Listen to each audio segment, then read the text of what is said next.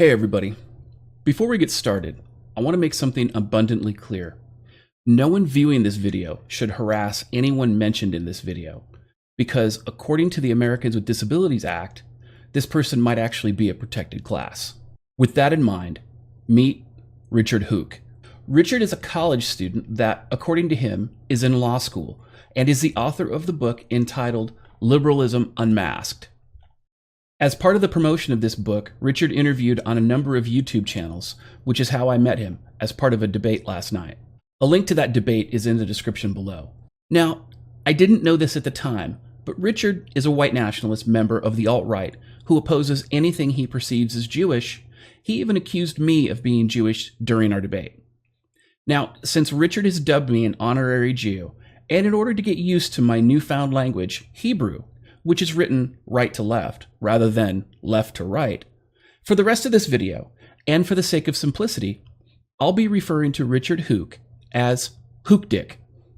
Now, Houck and I agree on many things, but we disagree on the MGTOW philosophy, which was what the debate was about.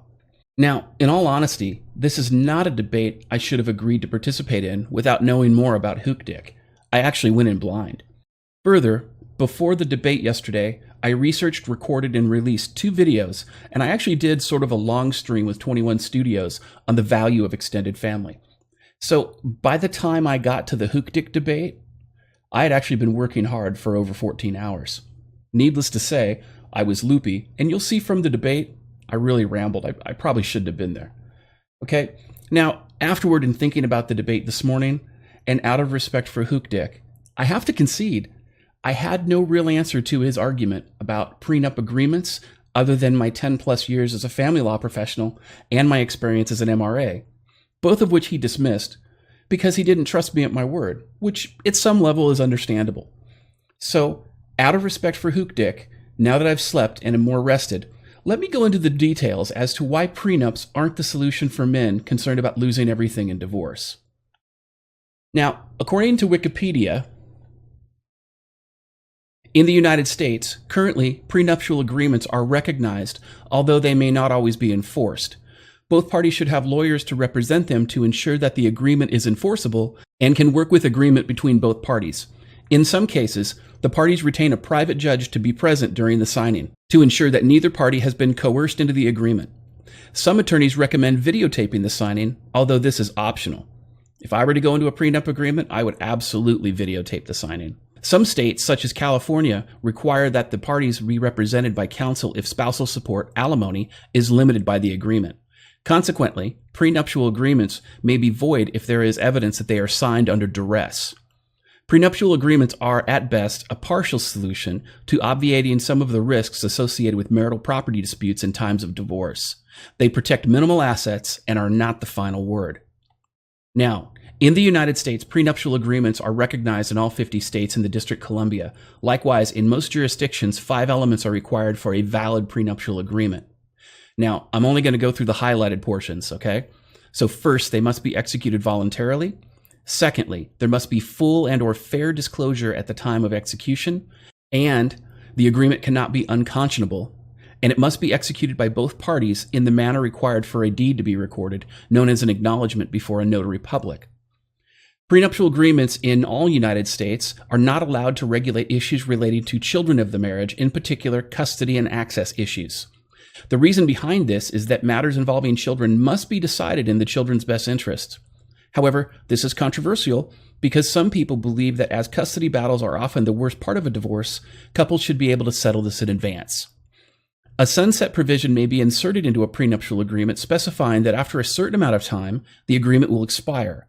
In Maine, for prenuptial agreements to be executed before October 1, 1993, unless the parties renew the agreement, it automatically lapses after the birth of a child.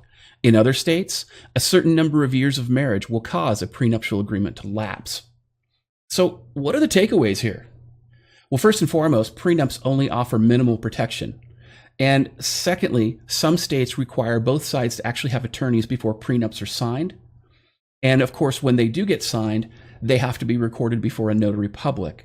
Now, if you're a man and you want to protect your assets, but you hide your assets from your soon-to-be wife, and you sign a prenuptial agreement and don't disclose that you have those, the prenup can be declared void because you didn't disclose them. In addition to that, prenups can be declared unconscionable by the court. So in other words, they can be void based on that. And we're going to go into that in a minute, okay? And then finally, the last two things, prenups have no impact on child custody or child support. And finally, in many states, prenups are going to lapse after a certain period of time. Now, let's kind of dig into the issue of unconscionability. In other words, what is an unconscionable prenup agreement? All right. According to the Legal Information Institute, a defense against the enforcement of a contract or portion of a contract, if a contract is unfair or oppressive to one party in a way that suggests abuse during its formation, a court may find it unconscionable and refuse to enforce it. A contract is most likely to be found unconscionable if both unfair bargaining and unfair substantive terms are shown. An absence of a meaningful choice by the disadvantaged party is often used to prove unfair bargaining. So, what's the takeaway here? Well, the prenup can't oppress a party. This is like a feminist thing, okay? This is feminist language in the law. You know, oh, your prenup agreement is oppressing me. So there it is. Again, if the woman has no assets and the man does, that gives the man, according to many courts, unfair bargaining power because they don't think the terms are equitable. And that's the other piece here. It says that it suggests abuses or is unfair. In other words, they're not looking at equity all the time. They're going to look at, well, if she was in the marriage, she should get something out of it. So if a feminist family court judge doesn't think that the prenup is equitable or she's a man-hater, she's going to declare it void. Okay? And finally, absence of meaningful choice. In other words, take the prenup or I won't marry you, can actually declare it void. And I've actually seen this happen. And people more and more talk about prenups getting knocked out. And you see this, like I said, during the debate last night.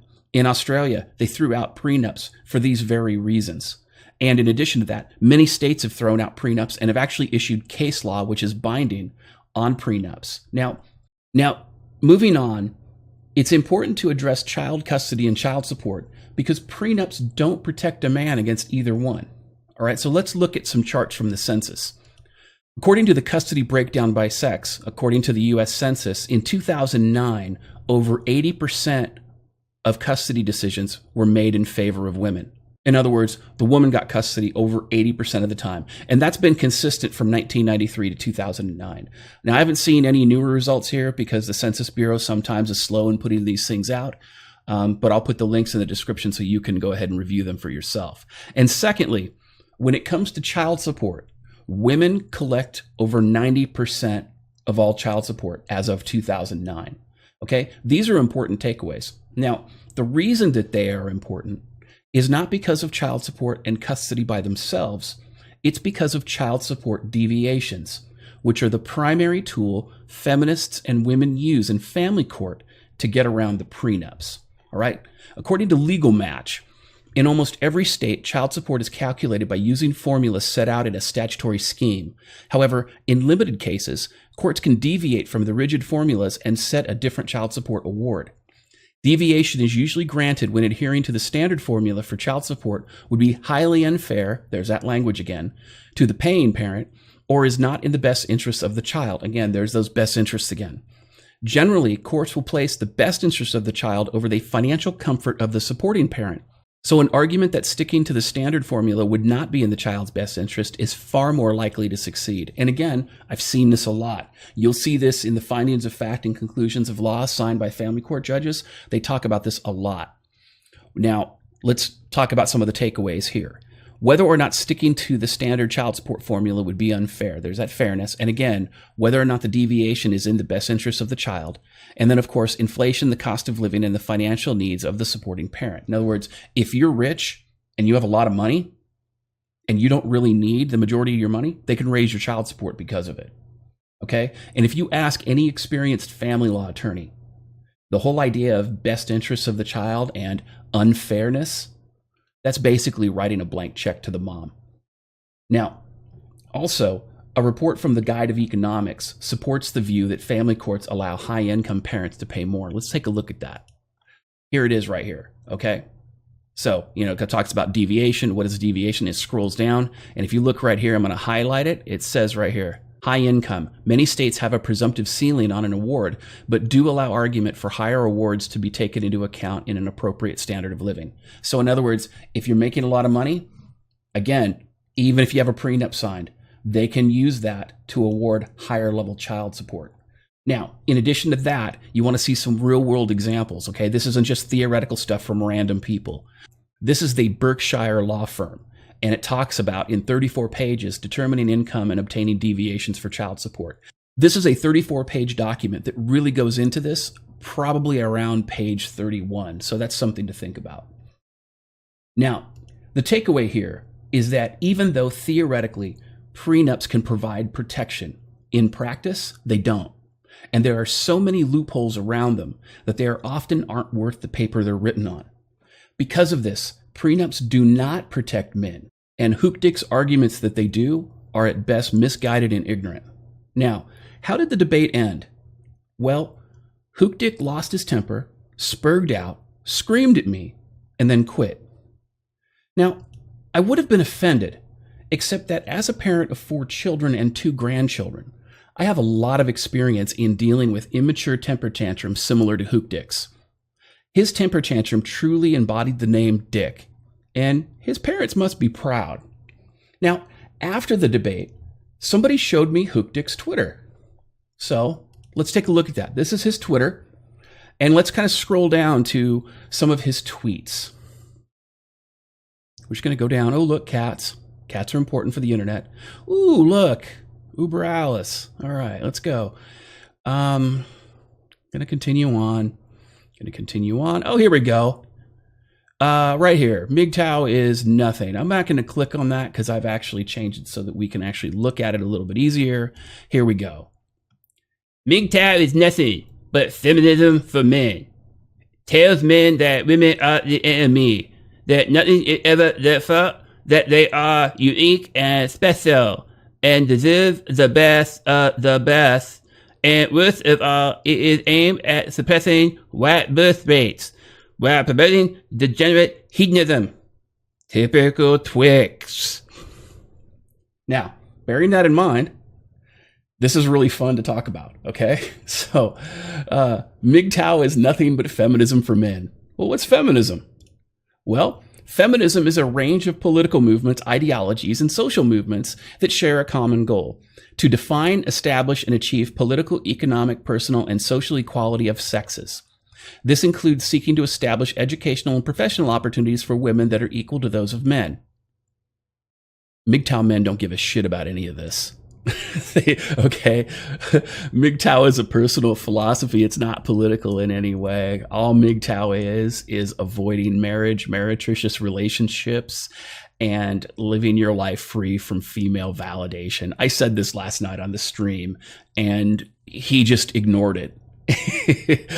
You look at any of the MGTOW channels that are out there, any of the MGTOW voices in the community, you can see this. MGTOW is not political. It's not an ideology. An ideology is political. It's not. Now, is it a social movement? Well, sure, probably. I mean, a lot of people self-identify as MGTOW, but there's no like MGTOW leader. Like, we don't go to the MGTOW club. Like, feminism has clubs and organizations, and they're sitting here lobbying. MGTOW don't do that.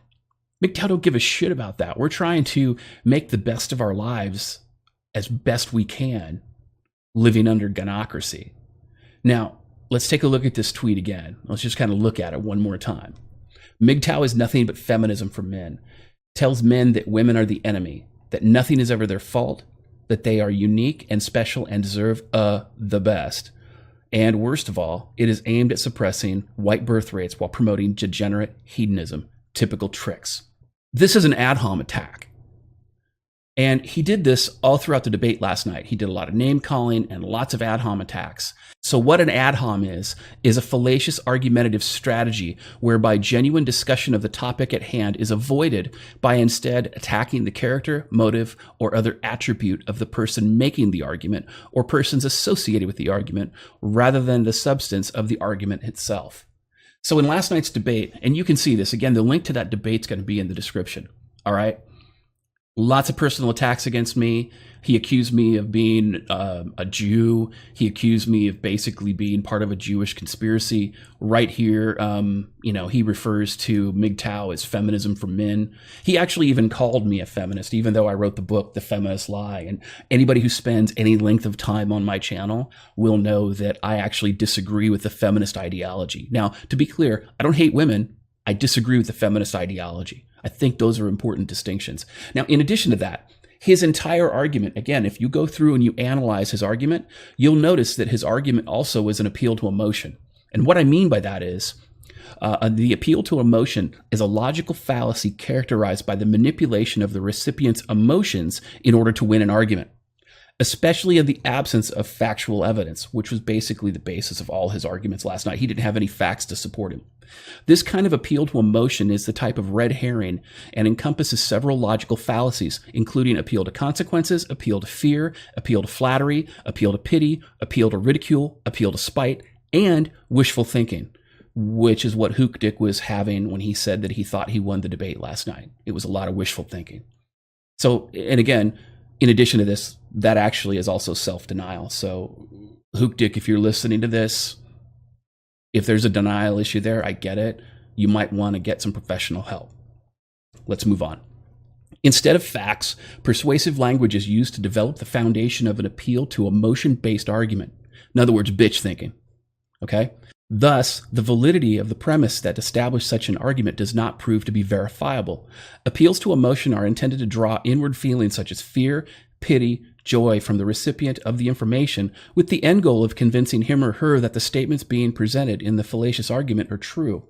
Well, and I have to say, Houck was successful at this because I do pity him. It's really sad. So with that in mind, let's move on to the next argument. So again, this is his Twitter. So we're looking at the Twitter. I want to make sure that nobody's thinking that I faked this. This is his Twitter. Okay. And his Twitter address is located on his Amazon page for his book. So that's how I actually found his Twitter after somebody directed me to it. Okay. So we have the MGTOW is nothing but feminism for men. And then let's move on. Here we go. MGTOW are nothing but illiberal egalitarians crying about equal rights. Let's look at that. MGTOW are nothing but liberal egalitarians crying about equal rights. Men and women are not equal. There is no such thing as equality. If the laws favor women, that's okay with me. The sexes are not equal.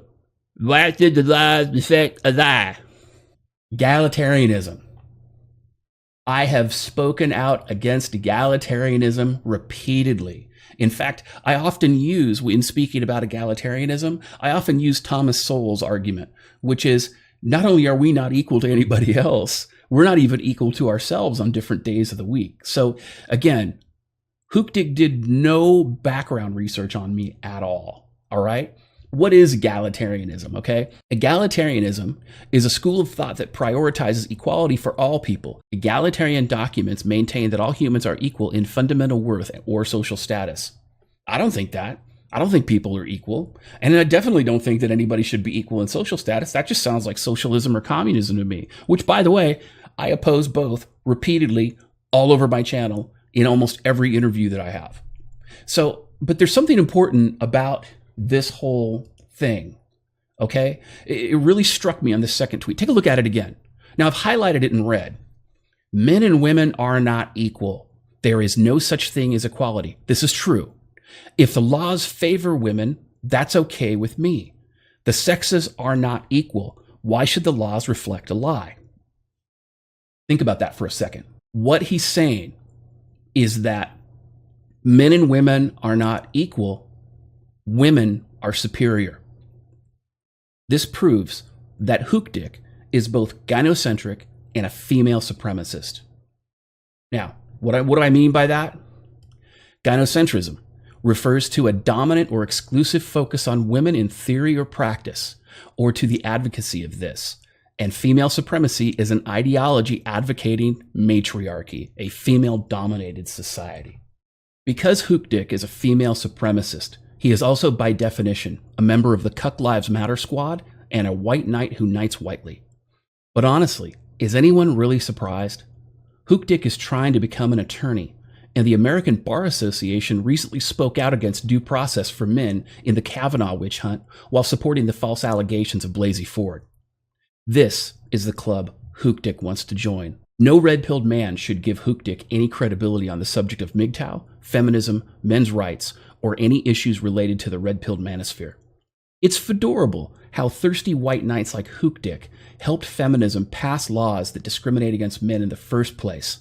Then, after tens of millions of men's lives are destroyed through false allegations of abuse and domestic violence, it's purple-pilled power bottoms like Houck who try to lure MGTOW men back to the plantation.